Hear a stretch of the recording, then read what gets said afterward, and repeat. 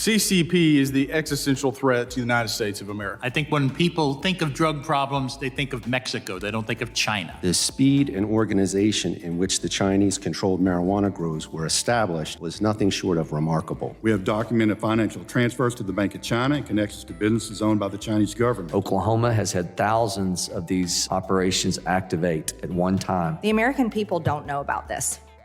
The Chinese are playing the long game. They can do this for decades, for centuries. They don't care. And it's time that we fight back with all the tools and resources that we have at our disposal. All right, good morning. The purpose of today's hearing is to examine how China is using illegal marijuana to build a criminal network across America. This issue has been prevalent not just in Oklahoma, my home state, but in many other states, Maine, California, and all across our homeland.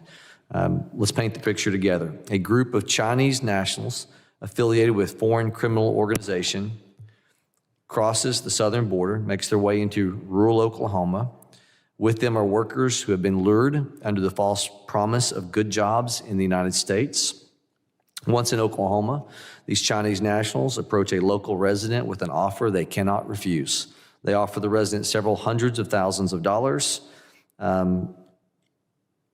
purchasing, using their time, their identity to purchase a nearby tract of land. In return, the resident gets to keep a share of the money with no questions asked. The deal is quick and it's simple. In a matter of days, this newly purchased land becomes the site of a large-scale illegal marijuana grow operation. The workers find themselves forced to work 14-hour days under the watch of armed guards, all while being confined to small living quarters, minimal running water or air conditioning. This is just one example of how Chinese grow operations come to operation in communities all across the country. Oklahoma has had thousands of these operations activate at one time. We have a really excellent panel of expert witnesses before us today who are going to walk us through this issue and how it affects the Homeland Security posture. Specifically, I'd like to focus our conversation on the serious crimes taking place inside of these illegal grow sites, as well as how Chinese transnational criminal organizations, or TCOs, many with directly ties to the Chinese Communist Party, are setting up these sites all across the U.S. as they expand an underground criminal network in our backyard. I can say without hesitation that the impact of black market marijuana in Oklahoma is unlike anything I've ever encountered in my career. What is even more alarming is the growing influence and involvement of the Chinese Communist Party in this illicit industry. Oklahoma's medical marijuana framework has inadvertently opened the door to international organized crime. Criminal actors exploit the system to produce high-potency marijuana for black market distribution, fueling what is now estimated to be a $153 billion illicit industry. Of particular concern is a high prevalence of Chinese nationals involved in these operations. Their presence has a profound effect on both our state and national security. The Oklahoma Bureau of Narcotics reports associated crimes including human and sex trafficking, money laundering, illegal gambling, extortion, theft of water and electricity. Our agency currently employs one Mandarin-speaking agent. However, this is insufficient when suspects communicate in Cantonese and Fujianese, languages that Mandarin speakers cannot reliably translate. Compounding this issue is the widespread use of WeChat, a Chinese-owned platform used for both communication and financial transactions. Because WeChat is based in mainland China and encrypted, U.S. law enforcement cannot serve legal process or conduct electronic surveillance as we would with domestic platforms. Oklahoma law requires marijuana business owners to be state residents with at least 2 years of residency. Yet nearly all Chinese-operated grows circumvent this requirement through fraud and straw ownership. In one instance, a single Oklahoman was listed as the owner of approximately 300 marijuana farms in Oklahoma. This widespread fraud is facilitated by consulting firms, real estate agents, and attorneys who help establish these shell operations. Alarmingly, many of these grows are located near critical infrastructure, including military bases and pipelines. For example, in an ongoing investigation, the Department of Defense reported suspicious activity at a marijuana grow operated by an ethnic Chinese group located adjacent to the McAllister ammunition plant. This ammunition plant is the largest in the United States that is also responsible for manufacturing them. This is no doubt the Chinese government has shown interest in Oklahoma's marijuana authority. We have documented financial transfers to the Bank of China and connections to businesses owned by the Chinese government. For 60 years, one of the primary arguments made in favor of the legalization of cannabis is that it will eliminate the black market. The rationale given was that people would prefer to avoid criminal prosecution for using cannabis, and they would like to purchase it from a store with a quality reputation and a quality product. Over the last 5 to 10 years, we now know that that argument is a fugazi. The black market has not disappeared, even though a majority of states in the United States now have approved either medical or recreational use marijuana programs. The businesses that we see across the nation selling cannabis for medical or recreational purposes are not run by 50s-era beatniks or 60s-era hippies.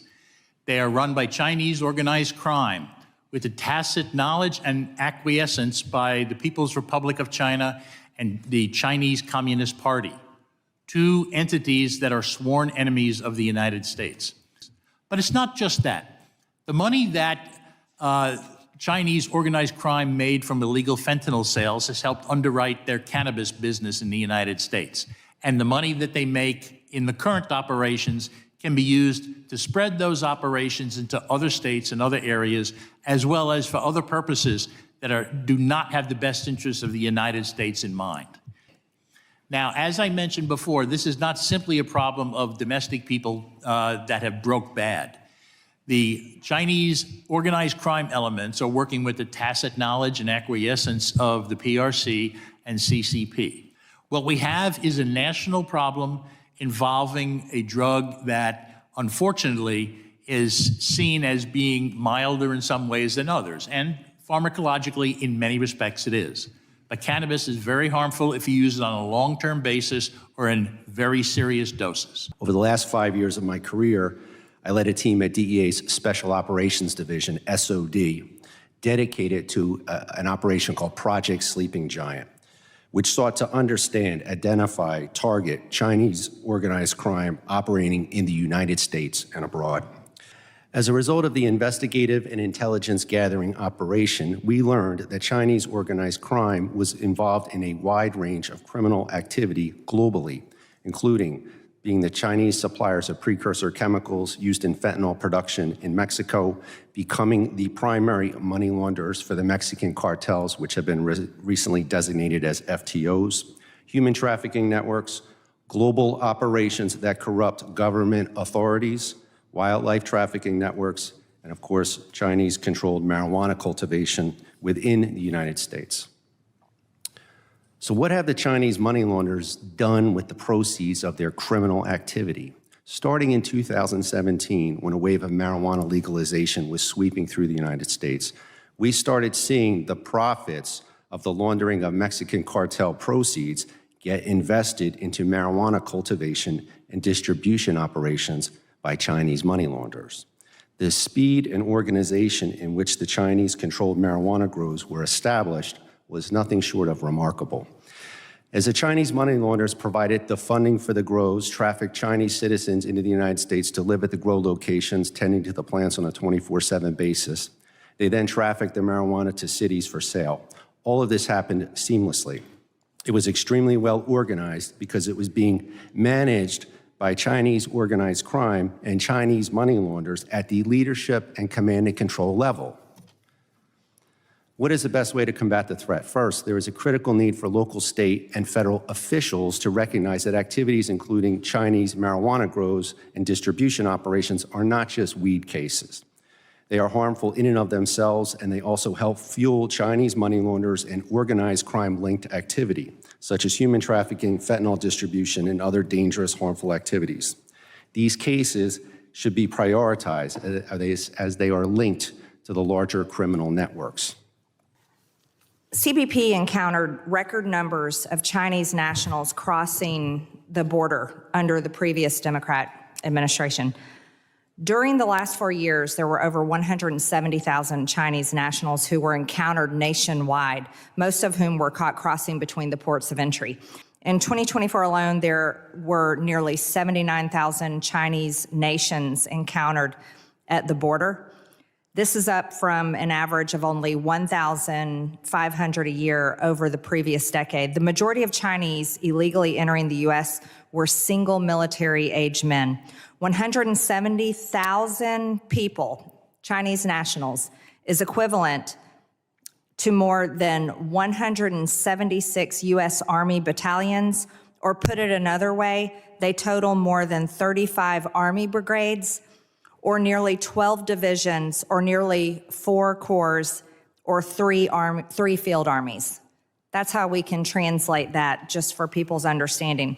According to the DEA, Chinese TCOs have become dominant in the U.S. illicit marijuana market, establishing highly sophisticated multi-state operations. The networks integrate profits from cannabis into fentanyl trafficking, human smuggling, and global money laundering schemes, creating significant national security challenges, just as our witnesses have stated today. The American people don't know about this. This is largely believed, especially in younger generations, that marijuana is a good thing, that it helps relieve stress, helps them sleep at night. And then there's also people that use it for PTSD and have success with it. There's medical uses of marijuana, but the American people have no idea that Chinese transnational criminal organizations are involved and that it's leading to other extremely terrible and dangerous crimes. And fentanyl, honestly. Director Anderson, how do these Chinese-backed illegal marijuana operations run? How, for the regular American, they're going, well, how is a crime organization from China able to run a marijuana farm? These are very, very sophisticated. When I say sophisticated, this is at a level that law enforcement across the nation has never seen before, because they are that sophisticated and that complex. They're layered and they're hidden under many, many layers of LLCs and ownerships. When you begin to look, for example, in Oklahoma, you may have a John Smith who is the owner, the 75% owner of the marijuana grow. And as you dig through that thing, you'll find out that John Smith has never even been to the marijuana grow. John Smith was paid $3,500 to put his name on a license because the Chinese national can't do that in the state of Oklahoma. And that's how that happened in Oklahoma. But these are very well organized, very sophisticated, and it's not, whenever I talk about this is really a global thing that's going on with the Chinese nationals. If you look at what's going on down in Latin America, what the Chinese are doing down in Latin America, even to the Caribbean, they're building roads. I mean, they're really investing in this stuff, but there's a reason why this is going on. Once again, this comes right back to the U.S., to the national security, and what's going on in as well as to Oklahoma. But you're right. I don't think the majority of the people in the U.S. realize what's going on. People in the marijuana industry really hate on me. They think I'm just against marijuana. Right. I'm not.